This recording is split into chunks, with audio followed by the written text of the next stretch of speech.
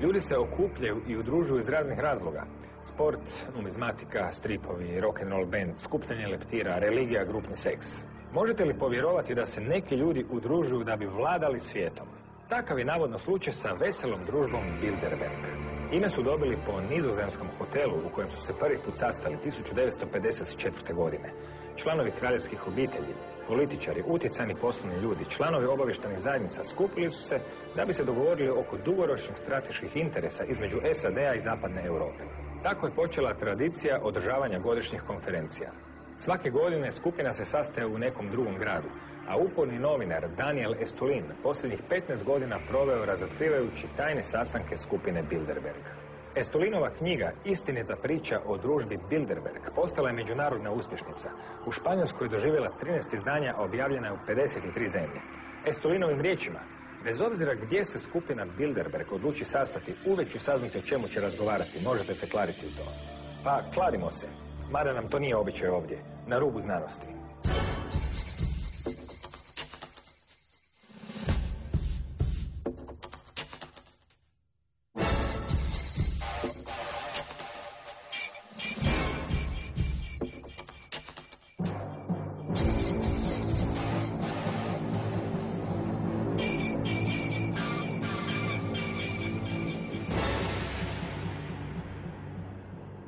Pozdrav svima. Daniel Estulin je istraživački novinar i autor knjige Istinita priča o družbi Bilderberg.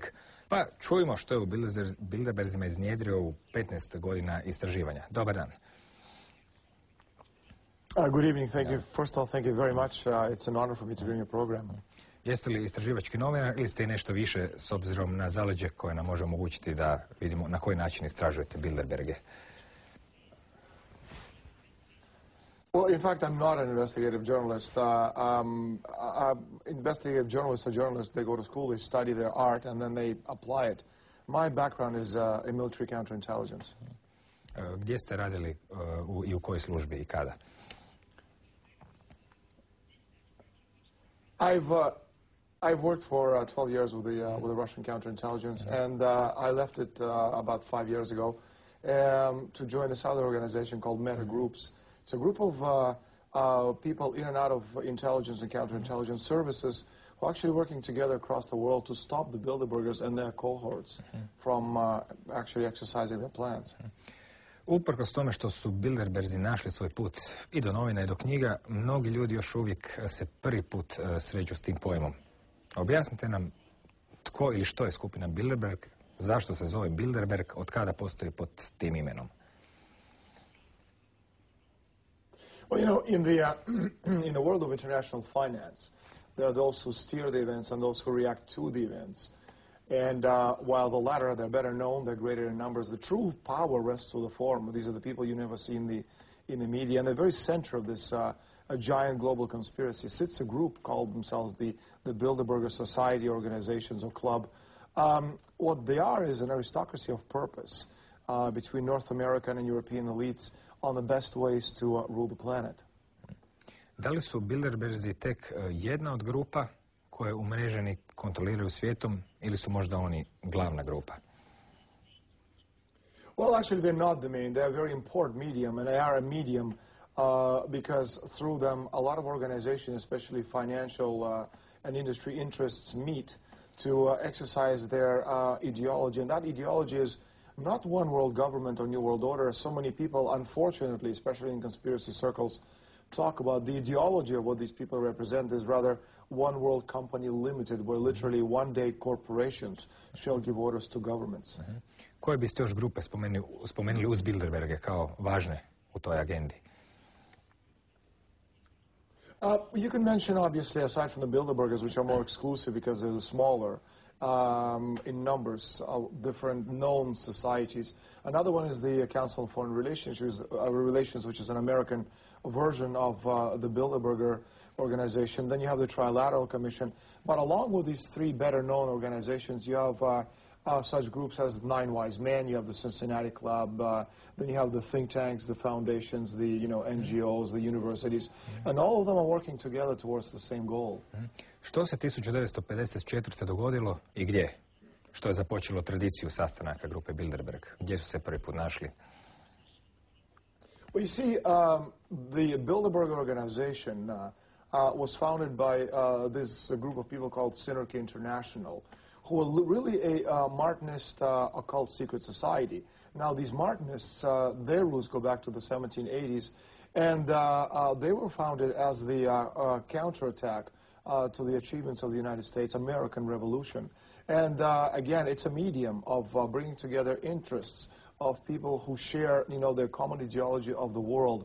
And that ideology has nothing to do with, nation building.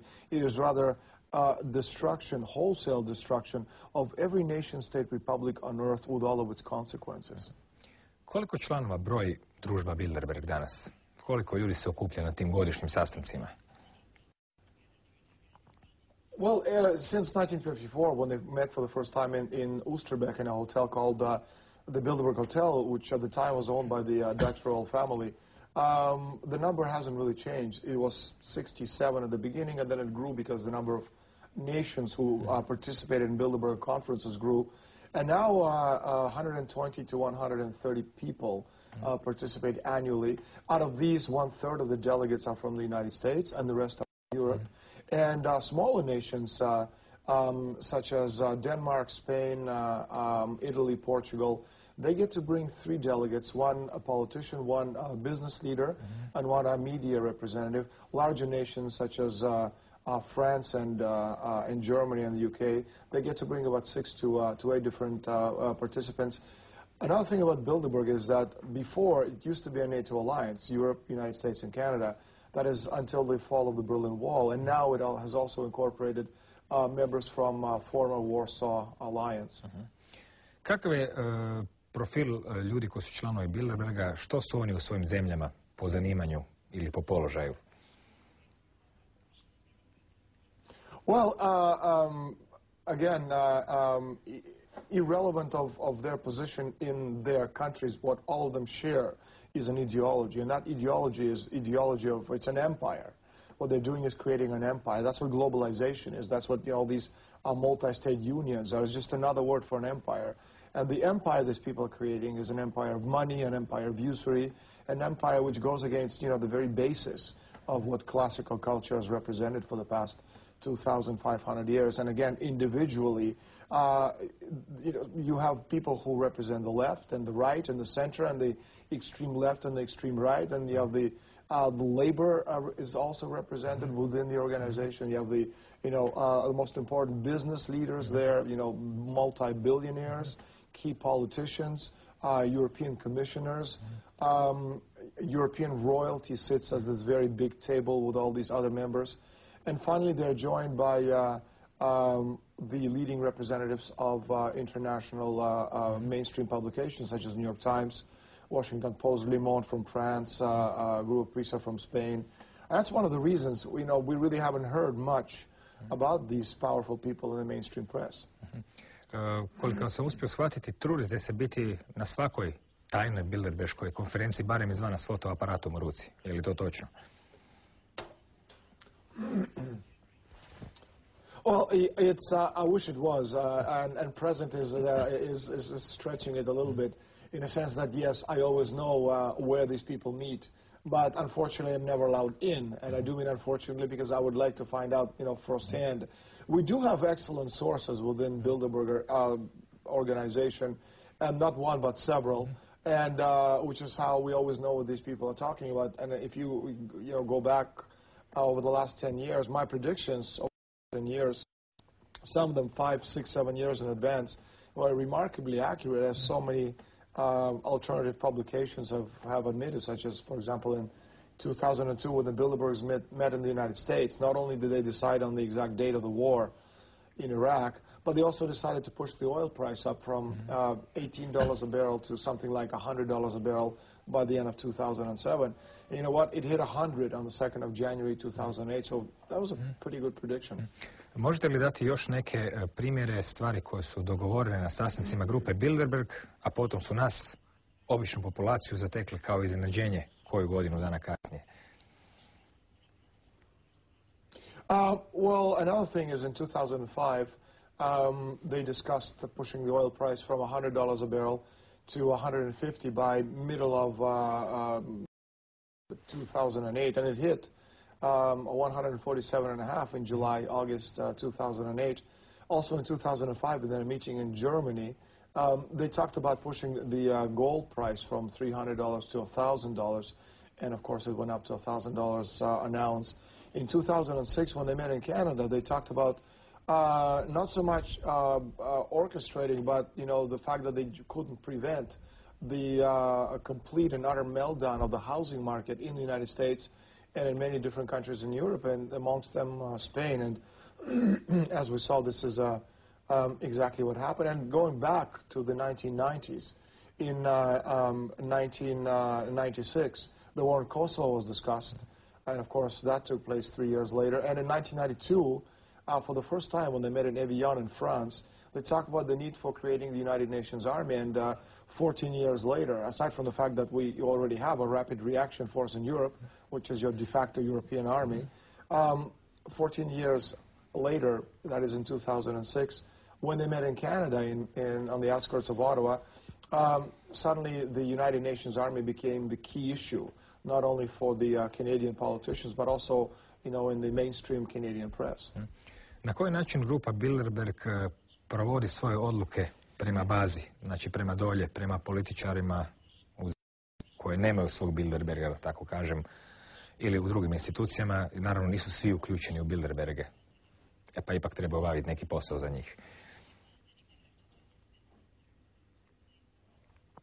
Well, thank you. That's a very good question, and unfortunately, not too many people ask me this question. One of the reasons, excuse me, one of the reasons people have a hard time believing in secret societies controlling the world is that there is a Cartesian fantasy world system where they literally believe that one person, a very small group of people, control the world, instead of understanding it as a dynamic social processes against, the historical, especially when you put it in historical context of social-political events over the past 1,000 years. So no, there's no one bad guy who tells everybody else what to do. Yes, it's a socio-historical concept.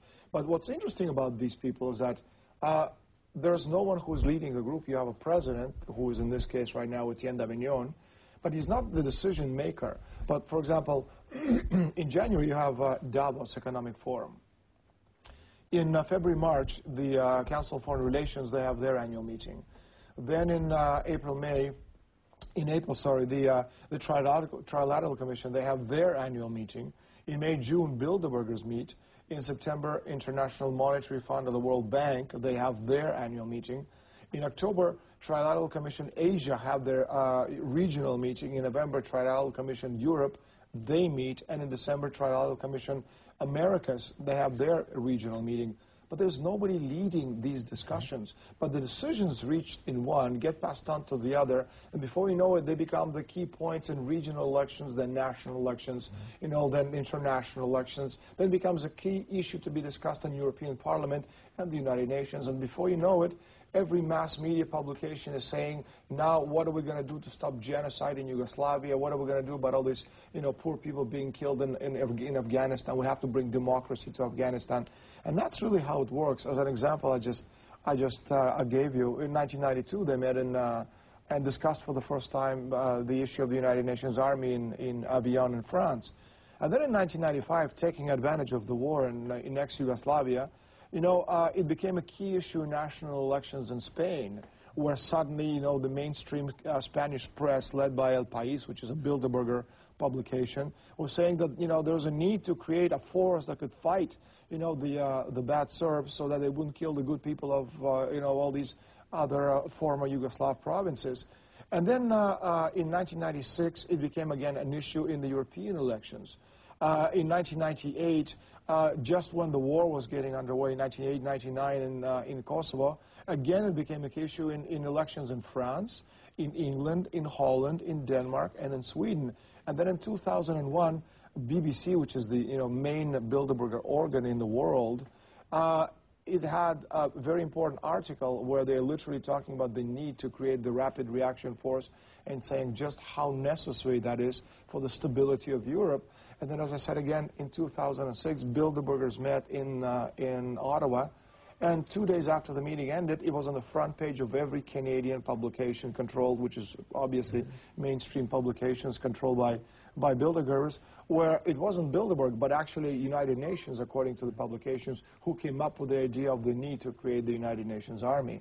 And again, they take their time, but they certainly understand that it's a long process, especially, again, if you put it in a historical context and not just look at it as a conspiracy of Cartesian one-person conspiracy. Može li se reći da je Europska unija projekt Bilderberga? Well, of course, as a matter of fact, not only can we say it, but they themselves have admitted it, so that's no longer in question.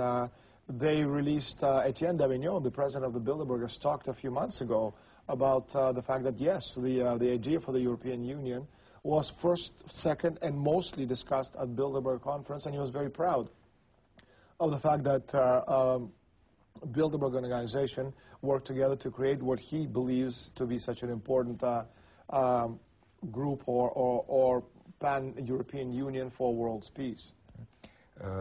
S obzirom na sve što se od vas može čuti od Bilderbergima, teško je zamisliti da su Europsku uniju zamislili kao demokratski raj, kakvim se predstavlja često puta u medijima, kao nešto bolje od onog što zemlje koje još nisu ušle imaju. Što oni zapravo žele postići Europskom unijom? Kakva je njena struktura? Može li se govoriti o nekakvoj vrsti prikrivene diktature ili čak otvorene, kao što neki tvrde? Well, you just hit right on the right word. Any kind of globalization is an empire, and any kind of an empire is a dictatorship. And theirs is an empire of money. And in the end, their plan hasn't changed at all over the past 1,000 years. What's today called the Bilderberg Group or the Bilderberg Organization or Society, 800 years ago was called the Venetian Black Nobility. And in fact, if you look historically, these are the same families over this very long span of time, and that's why I do mean historically. You can really see how the same families have been working towards the goal of control, and we're seeing it right now. European Union, you have the North American Union being created. African Union is already, ahead of North American Union in their plans. And now you have the Asians gathering together under one roof as well. And again, the plan hasn't changed in all these years or centuries. It is the wholesale destruction of nation-state republics. And that is very important because, you see, nation-states, independent nation-states, have constitutions, flags, currencies, borders, their own monetary systems. And right now, what we have in Europe is we have this pan-European Union where nations are no longer allowed to feed their own citizens. They don't have their own monetary policy. It's controlled by the same people whose idea to destroy every nation-state on earth. And obviously, my advice to Croatia is, please, whatever you do, think twice before you decide becoming third-rate citizens in this global dictatorship. Kada se priča o uništenju nacionalnih država, što je danas stvarnost s obzirom da se želi stvoriti jedna nadnacionalna država iz svega što se vidi, kako se taj koncept uklapa u vrijeme od prije 700, 800 ili 600 godina, kada još nije ni bilo pravih nacionalnih država? Zbog čega ih je prvo trebalo stvarati da bi ih se potom uništavalo? Well, what we're doing right now, I'm not sure if you're referring to former Yugoslavia, or you're referring to... Ja govorim o jednom srednjovjekovnom svijetu, puno malih kraljevina, bez pravih nacija, kad ljudi čak i nisu svjesni svog nacionalnog identiteta, a države su tek kraljevine i tek će nastati od njih nacionalne države. You see, the whole concept of nation-state republics was born as a result of a meeting, a council, which was held in 1439, 1440, which was called then the Council of Florence. And this Council of Florence was the temporary merger of the Eastern and Western rites of the Christian Church, and it was led by brilliant people such as future Pope Pio II, and to me, the most brilliant person in the history of the last 600 years, Cardinal Nicholas of Cussat. And as a result of that Council of Florence, First nation-state republic was born in Europe and France with Louis XI. And then in England, which followed suit with Henry VII. And what we got with the nation-state republics is we got the Constitution later in the United States, natural law, general welfare. And, you know, the idea of general welfare, a lot of people understand it as a welfare state, you know, some big fat guy sitting at home watching television, eating pizza, collecting unemployment benefits. But, you know, the whole idea of what general welfare represents, it's, you know, it is immortality of the planet, of the humans. What is the responsibility of governments to its citizens? To provide for future generations. And that is what general welfare means, especially as it's written in the preamble to the Constitution of the United States. And that's what these people have been trying to destroy, you know, the idea of welfare where the states, you know, provide as a higher goal and higher objective for its citizens. And that's what immortality is, you know, assuring the survival of the human species. And that's, you know, that's the empire of the soul and of the mind. Of course, the empire of the money, which is what Bilderberg is, they don't need all these people. And another objective reached through nation-state republics is, for the first time in France, because it was an impetus given by the people to the government to continue on the road to scientific developments and progress.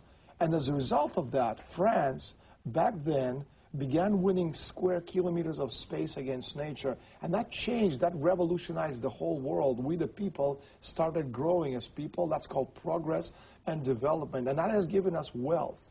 And as Leibniz discovered 200 years ago, progress and development is directly proportional to population density. The more developed we are as nations, the more developed we are as the world, the wealthier we are, the more people live on the planet. And of course, the empire of the money doesn't need all these people. So they need to destroy nation states. They need to destroy, you know, the world economic system, because this is the only way they can drag us back, as you said, you know, to the feudal age where you and I and our children and our children's children worked the land, died, and their children worked the land for a very small group of people who controlled everything else. Kad bi Bilderbergi htjeli vladati svijetom kroz Svjetsku banku, to ne bi bilo ni pola problema. Međutim, u zadnjih 30 godina pojavili su se dokumenti koji pokazuju da je jedan od strateških ciljeva smanjenje populacije, smanjenje broja ljudi na svijetu. Mnogi autori su spominjali neke dokumente iz 70. godina. U kojim dokumentima je, znači, otkrivena namjera ili nekakva misao da bi trebalo smanjiti broj ljudi na svijetu i kako se to uopće danas radi, ako je to istina? Well, you know, before modern last 30 years, as you mentioned, you know, Malthus talked about this in his documents. And before that, beginning in the early 1600s, you know, the Venetians, Conti and Sarpi, they talked about it. In fact, you know, Malthus' theory on population is a plagiarized version of, you know, old Venetian black nobility's documents going back 450 years.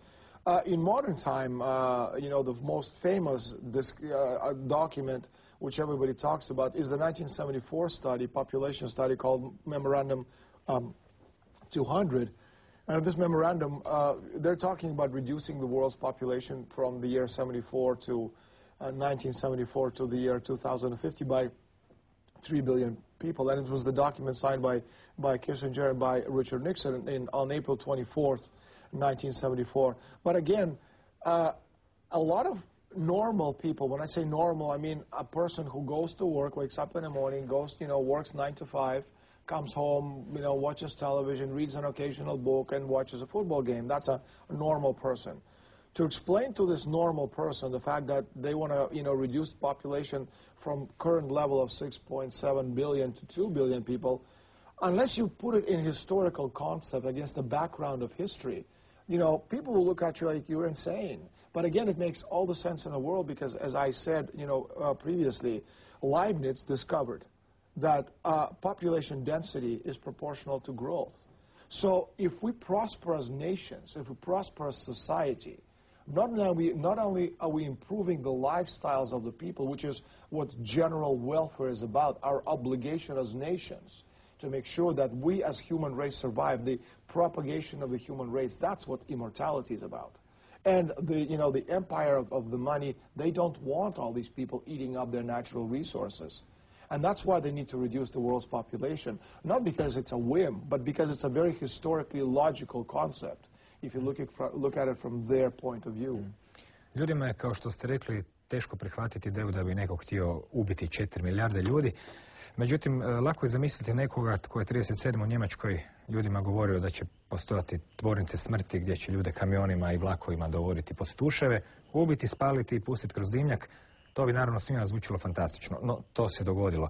Kad već spominjemo to, prije 1954. i prije Bilderberga, kakve su bile veze tih ljudi sa onime što se zbivalo u Europi 30. godina i 40. Danas već ima dosta podataka koji pokazuju da je glavni šef CIA bio pobornik nacizma, da su naciste financirali američki industrijalci, ljubitelji eugenike i slično, čak i neki preci današnjih predsjednika. Kakvu je ulogu ova ista struktura ljudi imala u tom najmračnijem evropskom razdoblju? Jesu li zadovoljni svojim postignućem?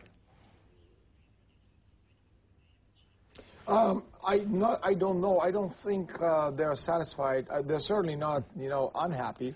They're much further ahead than I would like to see them ahead, but not nearly as far, towards reaching their objectives as they want. But, again, if you look at it historically, what's today called Bilderbergers, back in the 1920s, they were the synarchy movement of empires. And the synarchy movement of empires, it was an organization led by Nazis who created banks such as Bank Worms in France, who are the main sponsors of Vichy France and of Hitler. So again, these societies and organizations are very, very old, and their intentions haven't changed. They keep morphing from one form to another, but the final objective is the same. And as far as who are some of these individuals are, when we talk about Bilderberg, as I said, it's Bilderberg, and you have Trilateral Commission, and you have Council on Foreign Relations working together. You have different NGOs, you have foundations, think tanks. Well, two of the principal foundations, going back historically, who played such an important role in what you were describing back in the 1930s in Nazi Germany, were the Alfred P. Sloan and the Sage Foundation. Alfred Sloan was the CEO of General Motors back in 1923, and of course, an ardent Nazi. And both of these organizations, they created the Liberty League in the United States, who in the 1930s tried to depose Franklin Delano Roosevelt, the man who has done so much, for America, the last great president in the United States history. And ironically enough, again, merging the past and the future and the present into one, the same characters who today are the hardcore nucleus of Barack Obama's administration, you have Larry Summers and Peter Orsgaard and Sus Sunstein, all of these people, they all, come out of the Alfred P. Sloan and Sage Foundation, which is a roundtable kind of organization. And all of these people are what they call themselves behavioral economists, which two words, you have to be, insane or on drugs to actually put behavioral and economists together until you understand that what they're doing today is exactly the same kind of, morphing of evil principles back in the 30s of using economy, using behavior, of people to control economic processes. Opisali ste kako to danas rade američki predsjednici, no malo prije ste rekli da je Franklin Delano Roosevelt bio zadnji veliki predsjednik. Nije li on zapravo bio dio tog istog plana s obzirom da je bio upleten i u rješenja takozvane velike depresije, još jedne namjerno stvorene krize? Potom je također imao sklonosti prema ulasku Amerike u rat i slično. Pa mi se čini da on dosta bio, kako bi se to reklo starim jezikom, na liniji tog plana. Što ga čini tako posebnim u odnosu na druge predsjednike?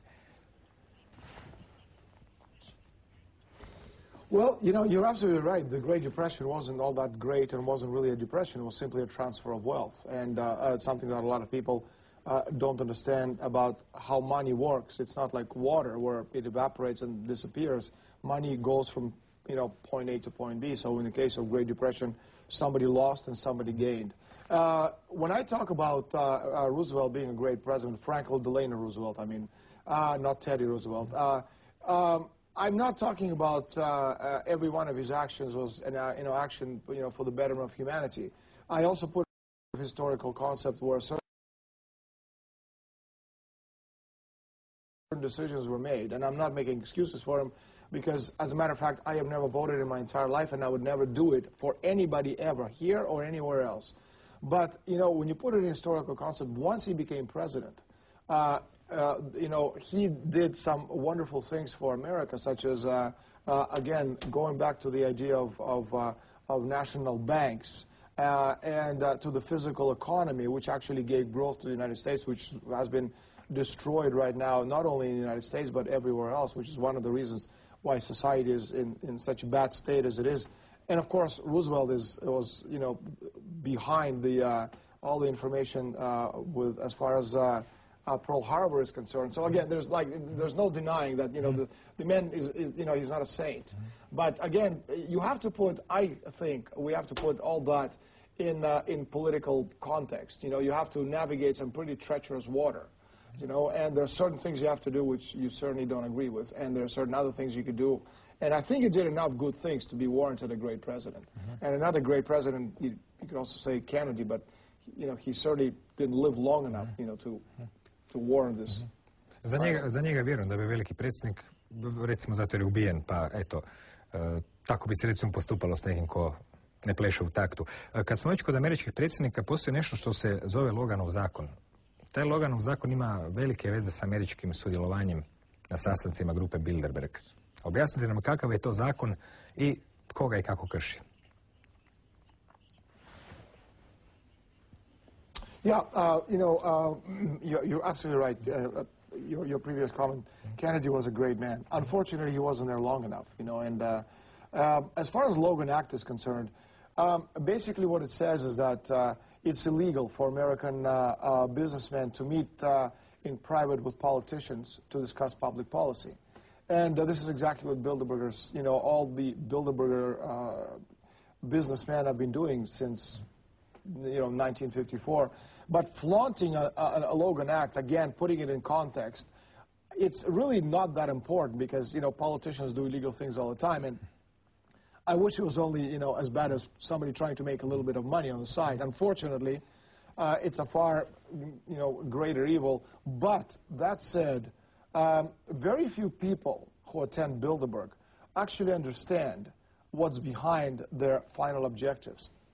In other words, just because, someone is invited to a Bilderberg conference doesn't mean that they understand what the final objectives are. These objectives are not revealed to anybody. These are very powerful groups of people who've been meeting for many, many, many years. And again, it's just a medium of bringing all these interests together. But it's a very dynamic system. It changes with the times. It absorbs and new parts while it excretes, the remaining of old, dead, decrepit companies like Arthur Andersen or Enron. Members come and go, but the system, it doesn't change. It's a self-perpetuating system, a virtual spider web of financial, political, military, and industrial, interests with a Venetian ultramontane model at the center. But again, out of all these people who attend, most of them only know that they're breaking the law by attending because of the Logan Act. They don't understand that there's a, objective of destroying, the world as we understand the world, for good of a very small group of people. That, I think, is also, in fairness to most of these people. Je li točno da svoje mandate predsjednici nekih najvećih zemalja svijeta dobivaju upravo na sastancima grupe Bilderberg? I ako da, kako je to bilo s nekim od aktualnih vodećih ljudi u svijetu? Well, I think the most telling example is Bill Clinton, who attended back in 1991. I should mention that sitting presidents, meaning presidents who are in office, never attend Bilderberg simply because every second of their time is accounted for. But, they're represented by others in the government. And the people who attend Bilderberger meetings, they don't attend as individuals. They attend as representatives of a government or some organization. as far as Clinton, he came in 1991, and David Rockefeller took him aside, and he asked him, you know, how he felt about NAFTA, the North American Free Trade Agreement, which was signed on October 3rd, 1987 in Washington. And Clinton had, you know, at the time he was just a lowly governor of Arkansas, and he was making $35,000 a year, which, you know, compared to what David Rockefeller makes a year, you know, makes you wonder what was he doing there. Možda ima mali fuš u švercanju droge, ali to je druga priča. Well, he did, but that's not why he attended Bilderberg. You know, it's David Rockefeller said to him, you know, do you know what NAFTA is? And Clinton said, well, no, I have no idea. So Rockefeller sat him down, and he gave him a master class on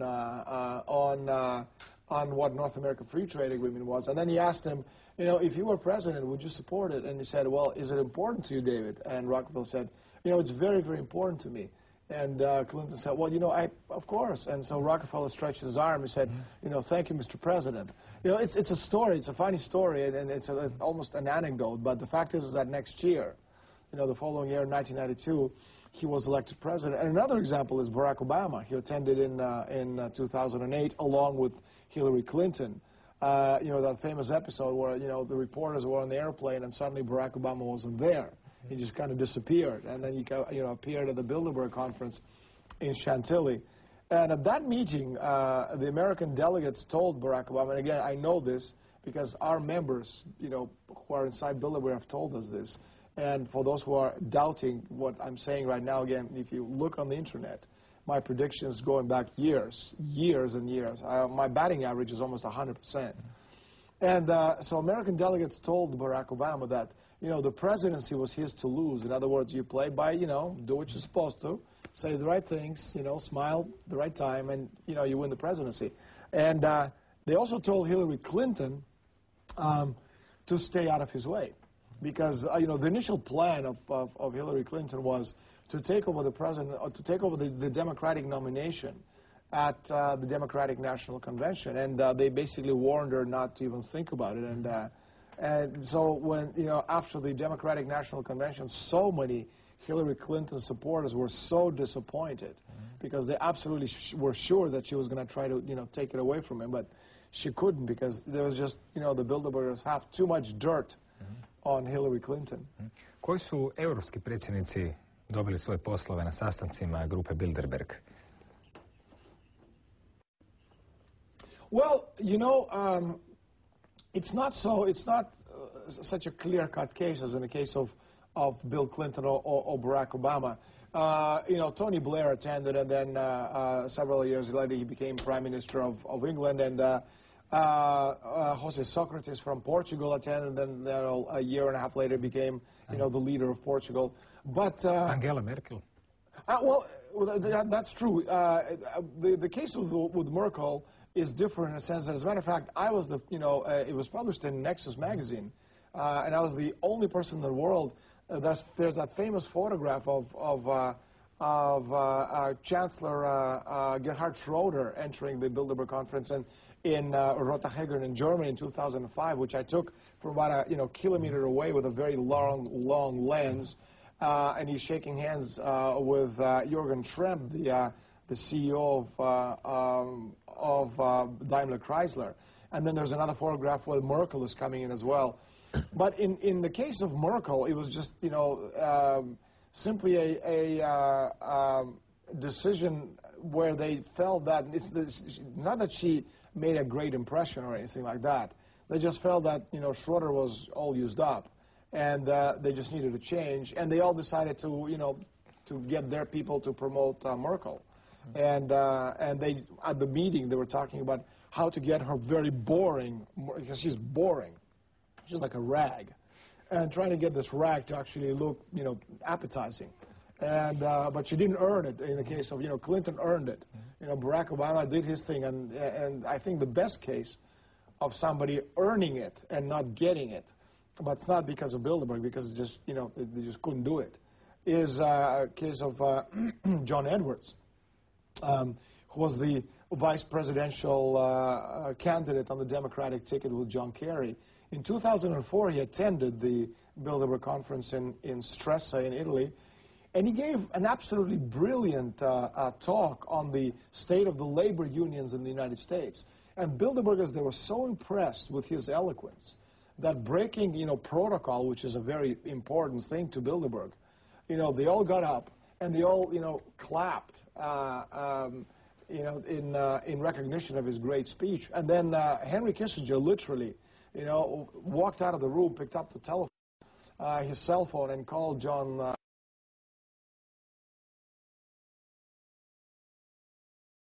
Kerry, and he said, "John, I think we found your vice presidential candidate." And again, you may not believe a story. It may sound like a tall story.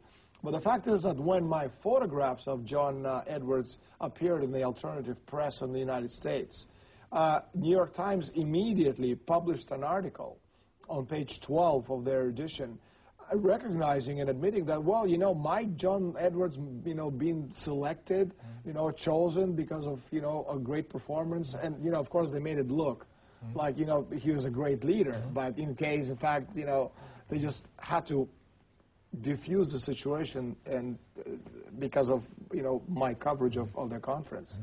Spomenuli ste da se u toj vrlo dinamičnoj grupi sve mijenja, osim plana, ljudi se mijenjaju taktike, čak ponekad strategije. Međutim, još nešto se ne mijenja.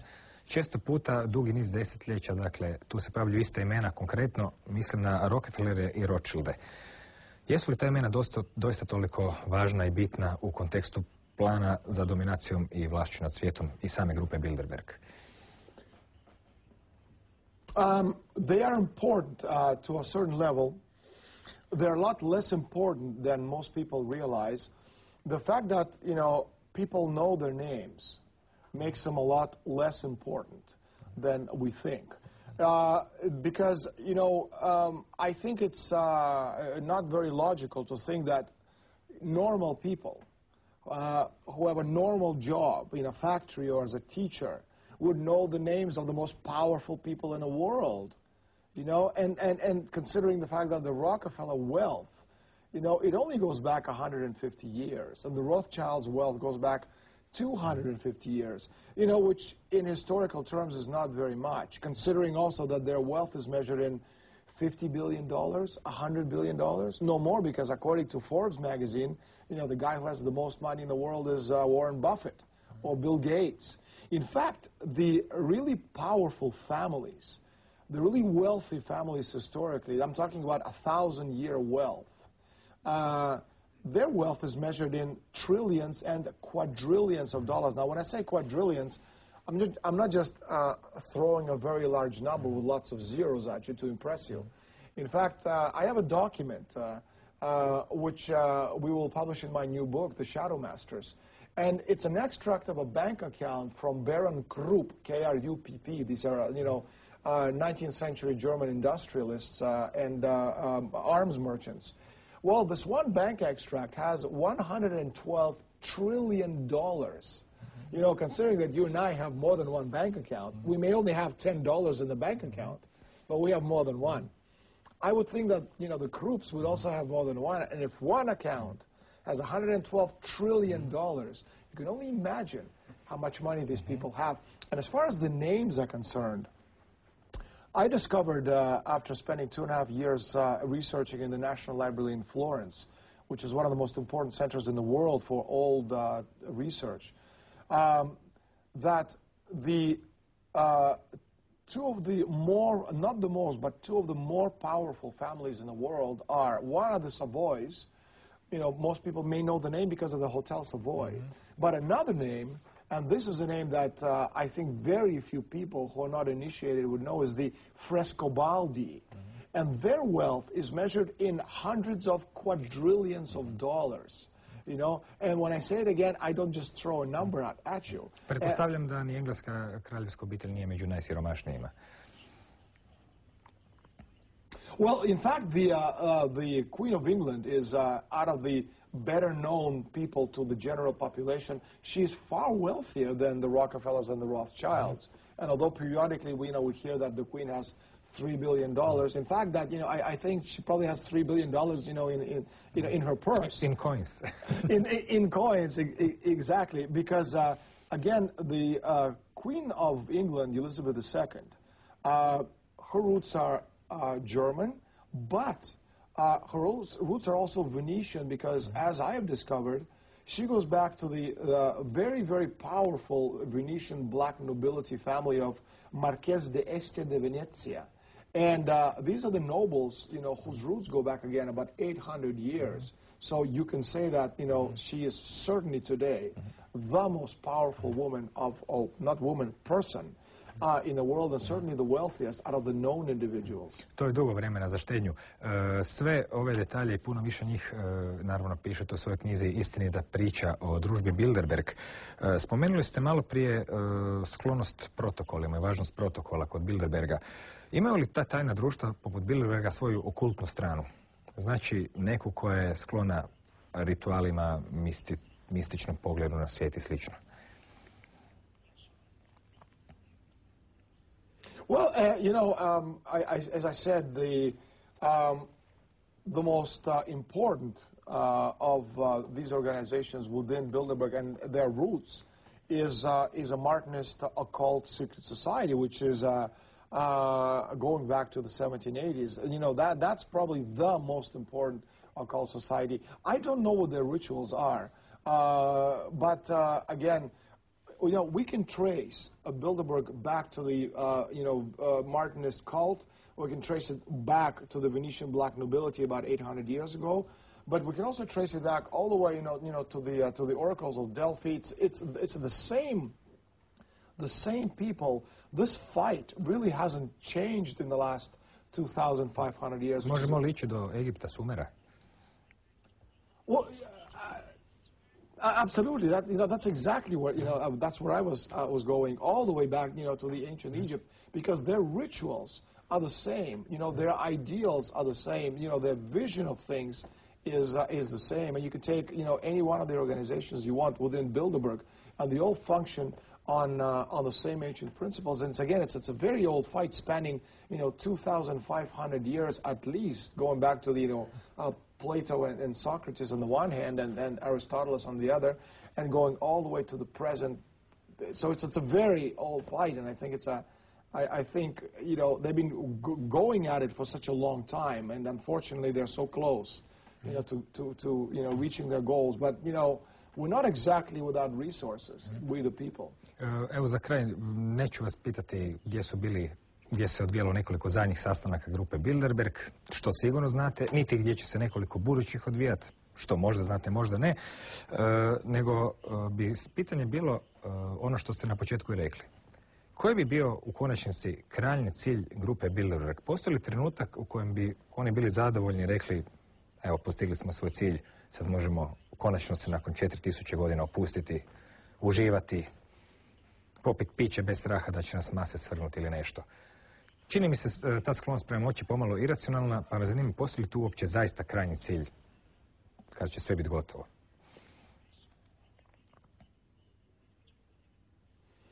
Well, it's absolutely rational if you're a normal human being.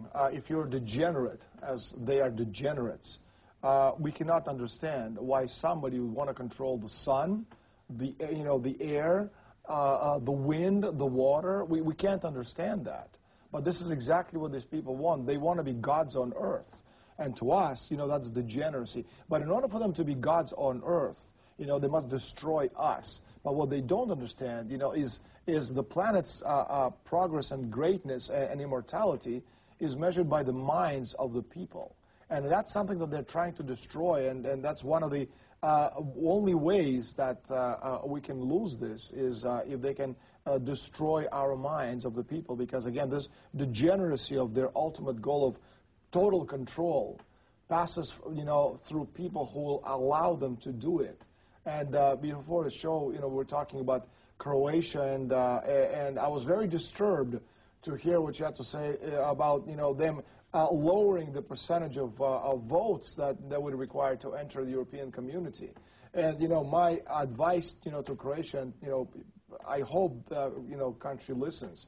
Don't join European communities. Stay free, independent nation with your own monetary system, where a country can feed its own citizens and decide its own future. Being in Europe only leads to destruction, as I can tell you from experiences in France, in Spain, in Portugal. Greece is about to default and become, fourth world status nation. Is that what Croatia wants as well?